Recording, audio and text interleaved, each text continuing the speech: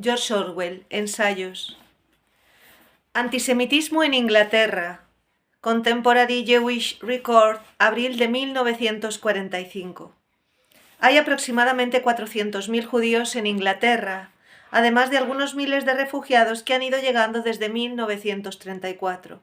La población judía está concentrada casi por entero en media docena de grandes ciudades y la mayor parte trabaja en pequeños comercios dedicados a la venta de alimentos, ropa y muebles. Algunos de los grandes monopolios, como el Imperial Chemical Industries, uno o dos de los principales diarios y por lo menos una gran cadena de grandes almacenes pertenecen, completamente o en parte, a judíos, pero sería exagerado sostener que en Inglaterra los negocios están controlados por ellos. Al contrario, parece que los judíos no han conseguido adaptarse satisfactoriamente a la tendencia moderna hacia las grandes fusiones y que siguen aferrados a los negocios que dependen de la pequeña escala y de los viejos métodos para salir adelante. Empiezo por estas evidencias que cualquier persona informada conoce bien, con el propósito de hacer hincapié en que no existe un problema judío real en Inglaterra. Los judíos ni son tantos ni son tan poderosos y solo ejercen una influencia notable en eso que suele llamarse los círculos intelectuales. Sin embargo, hay que admitir que en general el antisemitismo está en auge, que ha sido exacerbado por la guerra y que la gente sensible e inteligente no es inmune a él. No adopta formas violentas. Los ingleses son casi sin excepción decentes y respetuosos de la ley. Pero es lo bastante malévolo como para tenerlo en cuenta, y en circunstancias favorables podría incluso tener consecuencias políticas. He aquí algunos ejemplos de comentarios antisemitas que he oído durante los últimos 2 años. Un empleado de oficina de mediana edad. Normalmente voy al trabajo en autobús, a veces, aunque el trayecto es más largo, como el metro en la estación de Golders Green. Viajan muchos del pueblo elegido en esa línea. Una estanquera. No, no tengo cerillas. Debería preguntar a la estanquera de la siguiente calle. Ella siempre tiene cerillas. Es del pueblo elegido, ¿sabe? Un joven intelectual comunista o cercano al comunismo. No, no me gustan los judíos. Nunca lo he ocultado, no los soporto, pero que quede claro que no soy antisemita.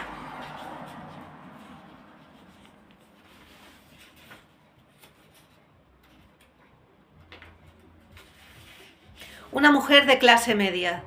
Bueno, nadie puede llamarse antisemita, pero creo que la manera en que se comportan esos judíos es absolutamente asquerosa. La forma en que se cuelan en las colas para ponerse al principio de la fila y esas cosas. Son egoístas hasta decir basta. Creo que ellos mismos son responsables de muchas de las cosas que les pasan. Un lechero. Un judío no trabaja, no de la misma forma en que lo haría un inglés. Son muy listos. Nosotros trabajamos con esto. Enseña el bíceps. Y ellos lo hacen con esto. Se toca la cabeza. Un censor jurado de cuentas, inteligente y de izquierdas de una manera indirecta. Estos malditos judíos son todos pro-alemanes. Mañana cambiarían de bando si los nazis se alzaran con el poder. Veo a muchos en mi negocio. En el fondo de su corazón admiran a Hitler. Siempre acaban haciéndole la pelota al que los patea. Una mujer inteligente en cuanto se le ofrece un libro sobre el antisemitismo y las atrocidades alemanas. No me lo enseñe, por favor, no me lo enseñe. Lo único que va a conseguir es que odie mucho más a los judíos. Podría llenar muchas páginas con comentarios similares, pero basta con estos para proseguir con mi reflexión. Son indicativos de 2 hechos. Uno, que es muy importante y al que regresaré más adelante, es que a partir de cierto nivel intelectual, la gente se avergüenza de ser antisemita y se esfuerza por distinguir entre antisemitismo y que no le gusten los judíos. El otro es que el antisemitismo es irracional. A los judíos se los acusa de ofensas específicas, por ejemplo, su mal comportamiento en las colas. Y quien emite ese juicio habla con mucho convencimiento, pero resulta obvio que dichas acusaciones son el resultado de prejuicios hondamente arraigados. Tratar de argumentar con hechos y estadísticas es inútil, y a veces incluso peor que inútil. Hasta el último de los comentarios que he recopilado demuestra que la gente puede seguir siendo antisemita o antijudía, aunque su postura sea indefendible. Si alguien te degrada, te desagrada y punto. Tus sentimientos no cambian aunque te reciten sus virtudes. Pero sucede que la guerra ha expoliado el antisemitismo y que a los ojos de la gente común se trata de un sentimiento justificado. Para empezar, de los judíos puede decirse con toda certeza que se beneficiarán de la victoria de los aliados. Por consiguiente, la teoría de que esta es una guerra judía tiene cierta verosimilitud, sobre todo porque rara vez se reconoce el esfuerzo realizado por los judíos en ella. El Imperio Británico es una organización enorme y heterogénea sustentada largamente en el común acuerdo, y con frecuencia es necesario halagar a los elementos que son menos de fiar en detrimento de los más leales. Difundir las proezas de los soldados judíos o incluso admitir la existencia de un nutrido ejército judío en Oriente Próximo promueven la hostilidad en Sudáfrica, en los países árabes y en otros lugares. Es más fácil ignorar estas cuestiones y permitir que el ciudadano corriente piense que los judíos se libran del servicio militar porque son excepcionalmente inteligentes. De nuevo, a los judíos se los encuentra justamente en los oficios que generan impopularidad entre la población civil en tiempos de guerra. Por regla general se dedican a vender comida, ropa, muebles y tabaco, precisamente los productos que escasean de manera cíclica, con el consiguiente sobreprecio. Asimismo, la acusación habitual según la cual los judíos se comportan de manera excepcionalmente cobarde durante los bombardeos adquirió tintes de verosimilitud en los de 1940. El barrio judío de Whitechapel fue una de las primeras zonas en ser bombardeadas y esto provocó que enjambres de judíos lo abandonaran para refugiarse por todo Londres. Si uno juzgara el asunto solo a partir de estas anécdotas de guerra, se podría llegar a la conclusión, basada en premisas falsas, de que el antisemitismo es una pulsión casi racional y, naturalmente, el antisemita se considera a sí mismo racional. Siempre que toco este tema en un artículo periodístico recibo numerosas respuestas e invariablemente algunas de las cartas las envía gente normal y equilibrada, doctores, por ejemplo, y sin motivos aparentes para plantear quejas de índole económica. Esta gente siempre dice, al igual que lo haría Hitler en Mein Kampf, que al principio no albergaba ningún tipo de prejuicio antijudío, pero que se vio impulsada a cambiar de opinión por la mera observación de los hechos. Una de las características del antisemitismo es la capacidad para creer historias que en modo alguno pueden ser ciertas. Un buen ejemplo de esto en el extraño accidente ocurrido en Londres en 1942, cuando una multitud, atemorizada por el estallido de una bomba, corrió hacia la boca de una estación de metro, de resultas de lo cual murieron por aplastamiento más de 100 personas. El mismo día se oía por todo Londres que los judíos habían sido los responsables. Desde luego uno no puede esgrimir ningún argumento ante la gente que cree estas cosas. Lo único que puede hacerse es investigar por qué se da crédito a historias absurdas sobre este tema en particular y se permanece escéptico frente a otros temas. Pero déjenme volver ahora al punto que mencioné anteriormente, el de que hay un sentimiento antisemita ampliamente extendido y falta voluntad para admitirlo. Entre la gente culta, el antisemitismo se considera un pecado imperdonable, de una categoría distinta de los otros tipos de prejuicio racial. La gente es capaz de llegar muy lejos para demostrar que no es antisemita. Así, en 1943, en la sinagoga de St. John's Wood, se ofició un servicio en honor de los judíos de Polonia. Las autoridades locales mostraron enseguida su disposición a participar y al servicio asistieron el alcalde del distrito vestido de gala, representantes de todas las iglesias y enviados de las fuerzas aéreas, del ejército, de las enfermeras y hasta de los Boy Scouts. A simple vista era una conmovedora muestra de solidaridad con el sufrimiento de los judíos, pero en esencia se trataba de un esfuerzo consciente por comportarse con decencia por parte de personas en cuyo fuero interno albergaban sentimientos muy diferentes. En ese barrio de Londres hay muchos judíos y el antisemitismo está muy extendido, y como yo bien sabía, algunos de los hombres que tenía alrededor en la sinagoga comulgaban con esa tendencia.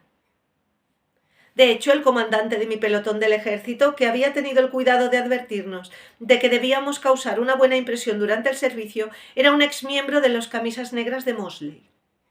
Mientras exista esta ambivalencia de sentimientos, la tolerancia hacia la violencia masiva contra los judíos, o lo que es más importante, una legislación antisemita no serán posibles en Inglaterra. De hecho, en la actualidad tampoco es posible que el antisemitismo se vuelva respetable. pero esta ventaja es menor de lo que parece. Uno de los efectos de las persecuciones en Alemania fue el de impedir que el antisemitismo fuera estudiado con seriedad. En Inglaterra se realizó una encuesta breve e inadecuada de un año o dos y se ha llevado a cabo otra investigación sobre el tema. Debe de haber sido de carácter secreto.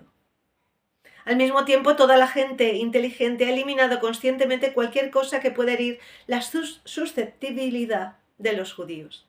A partir de 1934 desaparecieron, como por arte de magia, los chistes sobre judíos en las postales, los periódicos y los espectáculos, y quien incluyera un personaje judío poco simpático en una novela o un cuento era tachado al instante de antisemita. También en lo relativo al tema palestino, entre la gente culta, era de rigor aceptar la causa judía y desentenderse de las reclamaciones de los árabes. Una decisión que era correcta en sí misma, pero que básicamente se adoptó porque los judíos eran perseguidos y existía la sensación de que no era correcto criticarlos. Así pues, fue gracias a Hitler que se creó una situación en que la prensa favorecía a los judíos mientras en el ámbito privado proliferaba el antisemitismo, incluso con algunas excepciones entre la gente sensible y culta. Eso fue particularmente notable en 1940, en la época de la llegada de los refugiados. Por supuesto, toda persona inteligente entendía que era su deber protestar contra el encierro de los infortunados extranjeros que, más que nada, estaban en Inglaterra por ser enemigos de Hitler. Sin embargo, en privado se expresaban sentimientos diferentes. Una minoría de los refugiados se comportaban sin demasiado tacto, y el sentimiento hacia ellos generaba una corriente antisemita subterránea. Una figura muy importante del Partido Laborista, no reveló su nombre porque es una de las personas más respetadas en Inglaterra, me dijo con cierta virulencia: «Nadie invitó a esta gente a venir a este país. Si han elegido hacerlo, tendrán que asumir las consecuencias». Y este hombre, por supuesto, apoyaba todas y cada una de las protestas contra el internamiento de los refugiados. Esta sensación de que el antisemitismo es un pecado y una vergüenza, algo que una persona civilizada no padece, no ayuda a la hora de abordar el tema desde un punto de vista científico. Y de hecho, mucha gente admitirá, que le atemoriza profundizar demasiado en él. Es decir, les atemoriza descubrir que el antisemitismo se está expandiendo y que también ellos han resultado infectados. Para poner este asunto en perspectiva, debemos echar la vista varias décadas atrás, a los días en que Hitler era un desempleado desconocido que pintaba acuarelas y del que nadie había oído hablar. Uno podría pensar que, a pesar de que hoy el antisemitismo está bastante extendido en Inglaterra, lo está menos que hace 30 años, y también es verdad que el antisemitismo extremo de tipo racial o religioso nunca ha florecido en este país. Nunca ha habido mucho problema con los matrimonios interraciales ni con los judíos que ocupan un lugar prominente en la vida pública, pero hace 30 años se aceptaba, más o menos como una ley de la naturaleza, que el judío era una figura cómica y, no obstante su inteligencia, con un carácter deficiente. El judío, en teoría, no padecía ninguna incapacidad jurídica, pero en la práctica quedaba excluido de ciertas profesiones. Probablemente no habría sido aceptado como oficial en la Armada, por ejemplo, ni en un regimiento de élite del ejército. Un muchacho judío en la escuela privada lo pasaba invariablemente mal. Podía desde luego librarse de su condición de judío si era atlético o tenía carisma. Pero se trataba de una discapacidad estructural, como ser tartamudo o sufrir cualquier otra minusvalía de nacimiento. Los judíos ricos tendían a ocultarse bajo apellidos aristocráticos ingleses o escoceses. Y la mayoría de las personas les parecía normal que lo hicieran, al igual que cuando tiene la oportunidad lo hace un criminal para cambiar de identidad. Hace 20 años, en Rangún, estaba abordando un taxi con un amigo cuando un niño harapiento de tez blanca comenzó a contarnos una historia sobre su llegada desde Colombo en barco y que necesitaba dinero para regresar. Su aspecto era difícil de conciliar con la forma en que se comportaba, así que le pregunté: «¿Hablas muy bien el inglés? ¿De dónde eres?», me respondió entusiasmado en su inglés con acento indio. «Soy judío, señor». Recuerdo que me giré hacia mi amigo y le dije, solo medio en broma, y lo admite sin ningún empacho. Todos los judíos que había conocido hasta entonces estaban avergonzados de serlo y preferían no hablar de sus ancestros, y si el tema se imponía se referían a ellos como hebreos. La actitud de la clase trabajadora no era mejor. El judío que había crecido en Whitechapel daba por hecho que sería atacado, o al menos abucheado, si se aventuraba por alguno de los barrios cristianos de alrededor, y los chistes de judíos en las publicaciones de humor y en los espectáculos eran frecuentes y ofensivos. Esto también sucedía en el ámbito literario, en el que escritores como Belloc, Chesterton y sus seguidores alcanzaron las más altas cotas de insidia. Los literatos no católicos también pecaban de lo mismo, pero sin tanta malevolencia. Ha habido una perceptible corriente antisemita de Chaucer en adelante, y sin necesidad de levantarme de esta mesa para consultar los libros, me vienen a la memoria pasajes que hoy han sido tachados de prosa antisemita en obras de Shakespeare, Smollett, Thackeray, Bernard Shaw, H. G. Wells, T. S. Eliot, Aldous Huxley y muchos otros. A bote pronto, los únicos escritores que recuerdo que antes de la época de Hitler hicieran un claro esfuerzo por defender a los judíos fueron Dickens y Charles Reade. Y por poco que el común de los intelectuales estuviera de acuerdo con las opiniones de Belloc y de Chesterton, nunca llegaron a desaprobarlas. Las interminables diatribas de Chesterton contra los judíos, que introducían en las narraciones y ensayos con el mínimo pretexto, nunca le acarrearon problemas. De hecho, Chesterton era una de las figuras más respetadas del mundillo literario. Cualquiera que escribiera hoy en ese tono desataría una tormenta en su contra, eso siempre que encontrase quien le publicara su trabajo. Si, como sugiero, los prejuicios contra los judíos siempre han estado ampliamente extendidos en Inglaterra, no hay razón para pensar que Hitler los ha atenuado. Lo que ha hecho es acentuar la división entre la persona políticamente consciente que estima que este no es momento para arremeter contra los judíos y la persona inconsciente cuyo antisemitismo nato se ha intensificado por la tensión nerviosa que la guerra provoca. Uno podría pensar que, por tanto, que mucha gente que preferiría morir antes que admitir su pulsión antisemita. Uno podría pensar, por tanto, que mucha gente que preferiría morir antes que admitir su pulsión antisemita tiene que hacer esta alguna predisposición. Alguna vez he dicho que creo que el antisemitismo es esencialmente una neurosis, pero que tiene desde luego sus racionalizaciones en las que se cree con sinceridad y que son en parte verdad. El razonamiento que esgrime el hombre común es que el judío es un explotador, y la justificación parcial de esto es que el judío en Inglaterra suele ser un pequeño hombre de negocios, con el cual es una persona cuyos estragos económicos son más visibles y cercanos que los de, por ejemplo, un banco o una compañía de seguros. Más arriba en la escala intelectual, el razonamiento en torno al antisemitismo es que el judío es una persona que promueve la desafección y debilita la moral nacional. Se trata de otra justificación superficial. Durante los últimos 25 años, las actividades de eso que llamamos los intelectuales han sido en buena medida maliciosas. No creo que exagere si digo que si los intelectuales hubieran hecho su trabajo un poco más a fondo, Inglaterra se habría rendido en 1940. Pero la inteligencia desafecta incluía inevitablemente a muchos judíos. Puede decirse con cierta certeza que los judíos son enemigos de nuestra cultura autóctona y de nuestra moral nacional. Examinada cuidadosamente, la idea parece una necedad, pero siempre hay muchos individuos relevantes que están dispuestos a sostenerla. Durante los últimos años se ha producido lo que constituye un contraataque contra el izquierdismo más bien superficial que estuvo en moda en la década anterior y cuya encarnación más clara fueron las organizaciones al estilo del Club del Libro de izquierdas. Este contraataque, véase los libros El buen gorila, de Arnold Lund, o Izad más banderas, de Evelyn Waugh.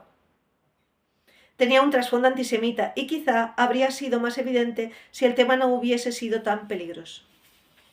También es cierto que durante varios decenios Inglaterra no contó con una inteligencia nacionalista digna de mención. Pero el nacionalismo británico, es decir, el nacionalismo de tipo intelectual, puede revivir y de hecho va a hacerlo si Inglaterra sale muy debilitada de esta guerra. Los jóvenes intelectuales de 1950 quizás eran tan ingenuamente patrióticos como los de 1914. En ese caso, el tipo de antisemitismo que floreció en los anti-Dreyfusard en Francia y ese que Chesterton y Belloc trataron de importar a este país podrían tener un punto de apoyo.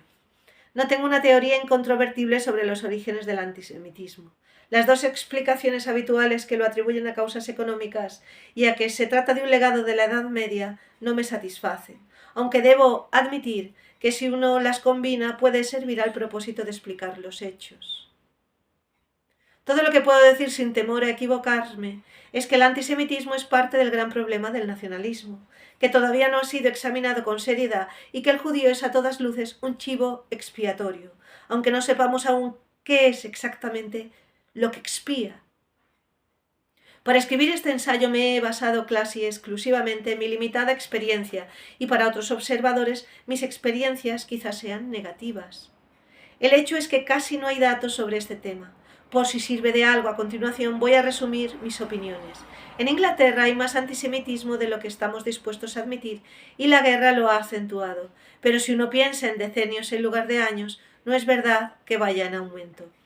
La situación actual no ha conducido a una persecución abierta, pero sí que conlleva el efecto de insensibilizar a las personas ante el sufrimiento de los judíos en otros países. Esto en el fondo es muy irracional y no conduce a ningún argumento. La persecución en Alemania ha enmascarado el sentimiento antisemita y ha ensombrecido el tema. El asunto exige una investigación seria. Solo vale la pena extenderse en el último punto. Para estudiar científicamente cualquier tema se requiere distancia, lo cual es difícil cuando están involucrados los intereses y los sentimientos propios. Mucha de la gente que es incapaz de ser objetiva sobre, por ejemplo, los erizos de mar o la raíz cuadrada de 2, pierde toda la objetividad cuando piensa en su propia economía. Lo que acaba viciando casi todo lo que se ha escrito sobre el antisemitismo es la presunción del escritor de que él es inmune a eso. Como sé que el antisemitismo es irracional, argumenta, deduzco que yo no lo comparto. Así pues, no inicia su investigación en el lugar del que podría extraer algunas evidencias sólidas, su propia cabeza. Always.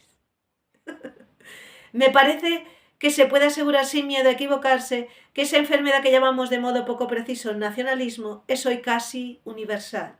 El antisemitismo es solo una manifestación del nacionalismo y la enfermedad no afecta a todos de la misma forma. Un judío, por ejemplo, no sería antisemita, pero me parece que algunos judíos sionistas son sencillamente antisemitas al revés. De la misma forma que muchos indios o negros muestran de forma inversa sus prejuicios contra el color. El caso es que alguna vitamina psicológica, falta en la civilización moderna y como consecuencia de ello todos estamos más o menos sujetos a la locura de creer que todos los pueblos o naciones son misteriosamente buenos o misteriosamente malvados. Reto a cualquier intelectual moderno a que indague con atención y franqueza en su fuero interno, sin lealtades nacionalistas ni odios de ninguna índole. El hecho es que puedes sentir el empuje emocional de estos sentimientos y, sin embargo, estudiarlos desapasionadamente, que es lo que le confiere el estatus de intelectual. Entonces se verá que el punto de partida para cualquier investigación sobre el antisemitismo no debería ser ¿por qué esta pulsión obviamente irracional atrae a los demás?, sino ¿por qué me siento atraído por el antisemitismo?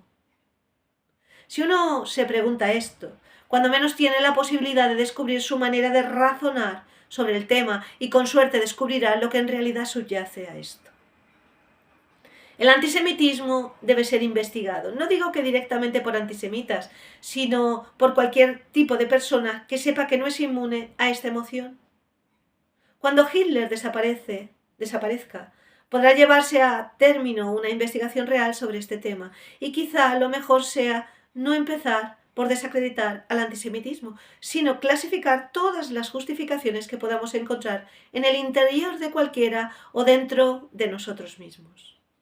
Con ello podríamos hallar pistas que nos conduzcan hasta sus raíces psicológicas. Pese a todo, el antisemitismo no va a curarse definitivamente si antes no curamos esa enfermedad más extendida que es el nacionalismo. Headlight.